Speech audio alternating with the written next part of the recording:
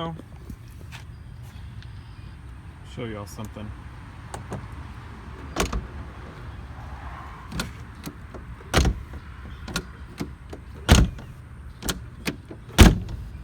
How hard do you have to slam it for it to latch? There we go.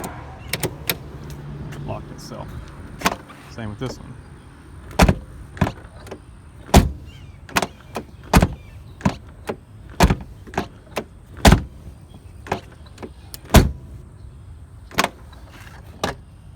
Now, if you notice, there's a gap right here. I'll show y'all what is missing. First, let's open this door back up. We don't need that one locked.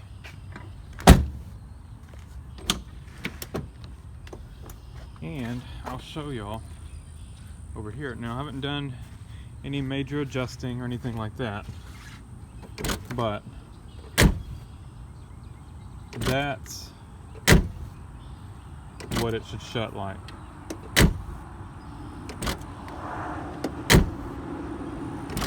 And what the difference is this.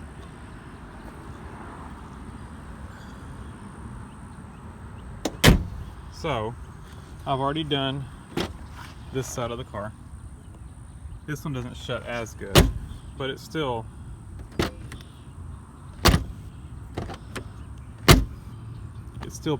pretty good. That hinge may need to be adjusted some more, or the striker may need to be adjusted some more.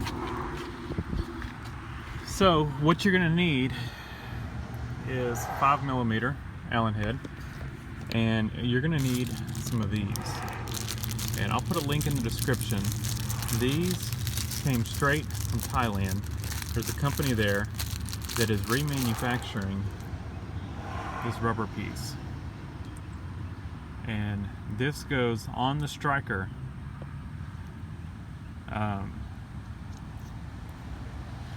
Just like that.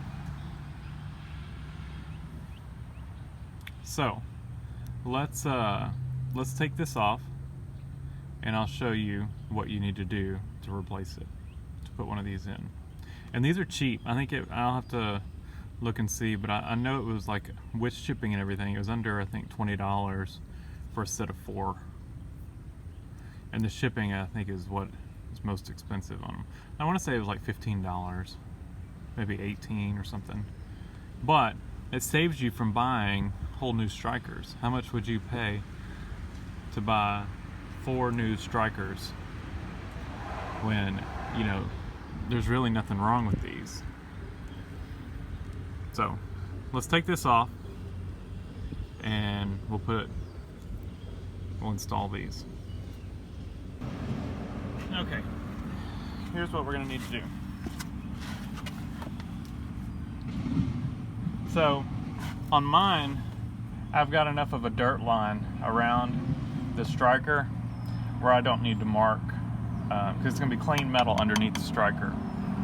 If yours is clean, you might want to take a Sharpie and just do an outline, because even though it may not be adjusted correctly, it's close, you know, the way it is.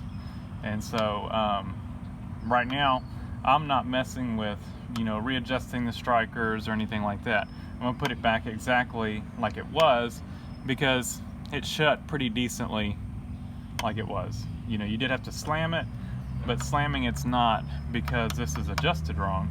It's because this piece is missing. So there's a piece right here and a piece under here that both are necessary for this door to shut well. So we're gonna go ahead and break these loose. Now, one thing to note is these screws screw into a plate that is not captive behind the pillar here. So if you take all 4 of these screws out, that plate will fall. So you need to leave one screw in, and I'll show you how we do that.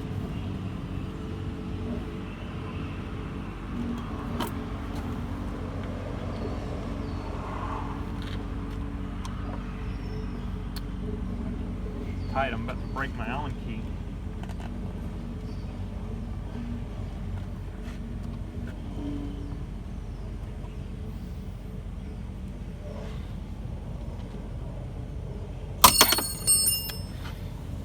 that break it? Nope.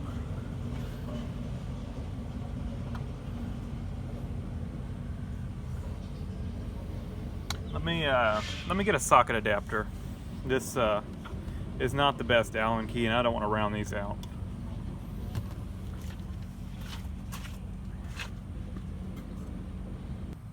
All right, my 5mm Allen socket is out at the shop. Let's give this one more shot.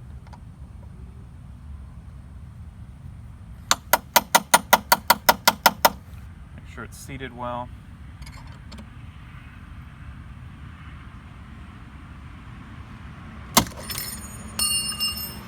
I think that pop on this one was it breaking loose. Yep, and that's what this one was.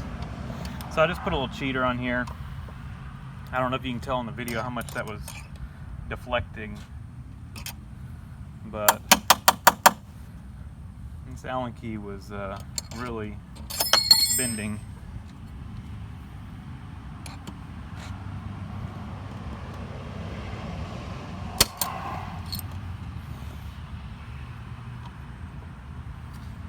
Was that one breaking loose?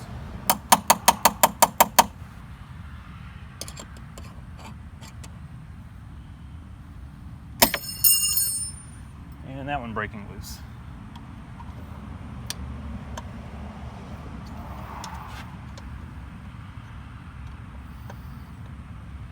There's quite a bit of deflection in this Allen key. We still recording? We are. Okay, so like I was saying, you can't take all these out or that plate's gonna fall. So what we do, we're gonna go ahead and take both bottom ones out.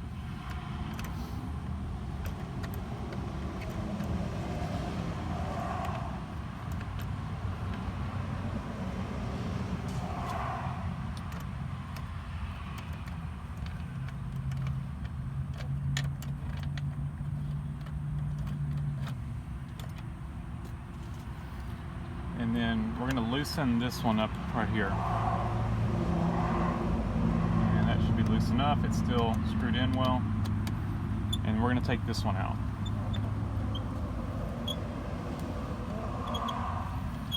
You've got some shims here. Alright, so now what we do, we're going to swivel this up. The shim stay. Doesn't really matter, but we'll just let them stay. And with that swiveled up, now we can get to the bottom again. So we're going to just go ahead and start. I'm going to go ahead and just start two bottom ones, just to be safe.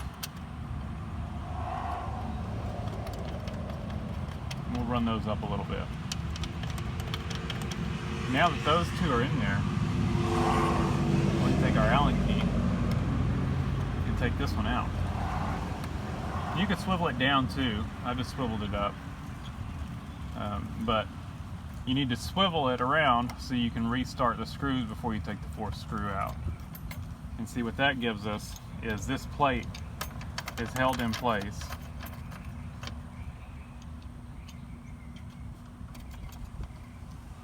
We're going to start this one. Well, maybe separate plates. Maybe there is something that kind of holds them. They weren't moving the same. You know, they're separate plates. Something definitely holds them in there. So you know, maybe they won't fall out, but I'm not willing to take that chance. So we're gonna leave it like that. So here's what you've got. The striker itself, you know, you've got this metal bracket, then you've got a rubber inset, and it slides out. So what's missing is, of course, this. It's disintegrated, it's fallen out, whatever. And it goes in here just like that. See how it fits in here? And so what you do is go ahead and slip it just like that. There's a little square hole, and it's got this little hole right here. This goes in here just like this, and it pulls up through here, and then you push it into there.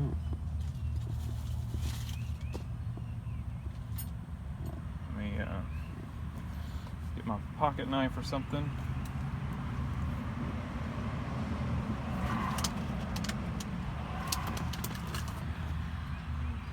Keep this one in the car in case I need it. So we're just going to take and help guide that in. The hole right there. And there it goes.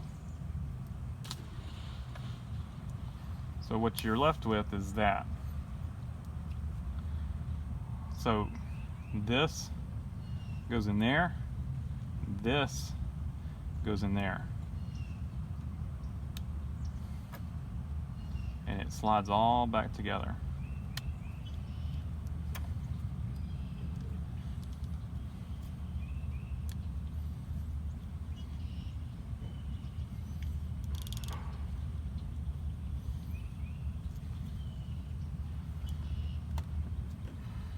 And there we go. That's what it looks like when it's completed. Now, it's not all the way up in there, but when we bolt this back down, it's going to push it back in. So, take this screw back out, and we will swivel it up. So it's this one, goes to right here. Like I said, it looks like these are captive, and it looks like it's two separate plates, but I wouldn't want to take that risk because you're in trouble if this falls out. Swivel that back down. Gently start this screw back in. And we'll start this one. And we'll start this one. And you know, we haven't done any adjustments on here. This is just putting it exactly back where it was. So I've got it lined up. I can see my line of dirt. And right there, we're in the perfect position. So we are going to bolt this thing down. Exactly where it is.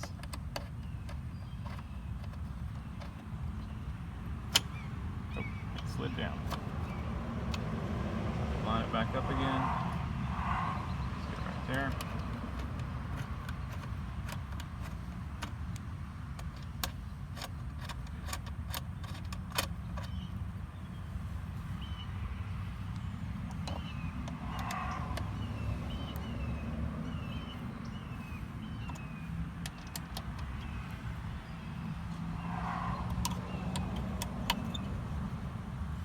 So that gets us kind of a ballpark of where it should be adjusted.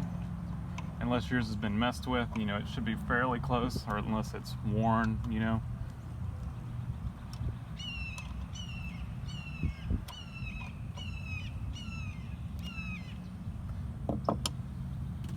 But let's see how that shuts.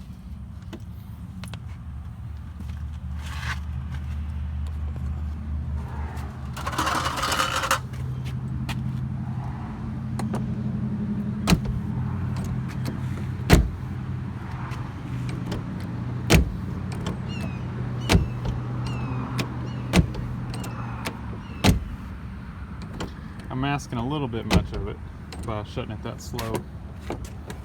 Well, we got an issue right here too.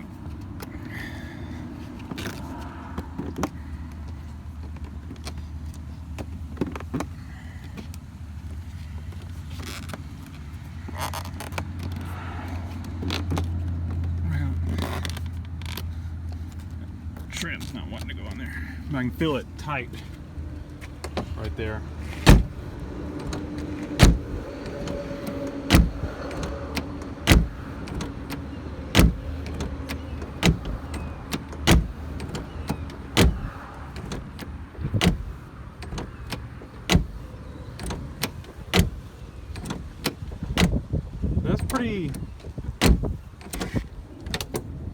You compare that, you know, where you can just push it shut.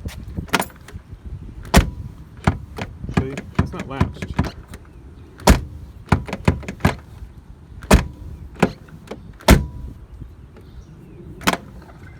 So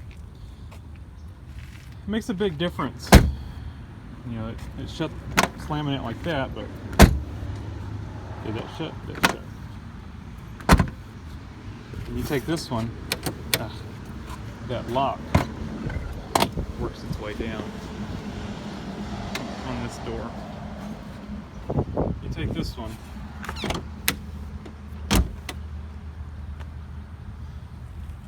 don't have to slam it. Just a nice, you know, it's latched, you know. Nice and easy.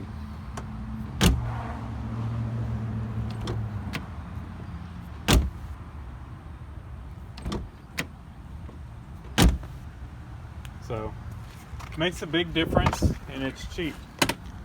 You know, a lot cheaper than messing with new strikers and all that kind of stuff. So, if your doors aren't shutting well, and the strikers look like this with that missing, you need the piece that's here, that sticks out, and the piece that sticks out under here for it to shut well. See, that door still didn't shut. So like I said, this sticking out here, and this piece under here.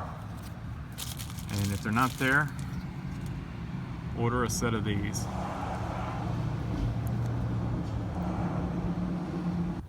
Y'all saw what this one was like before.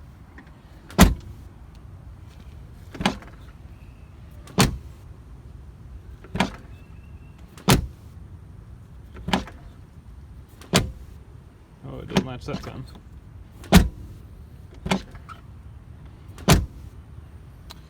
I would say that shuts pretty easy.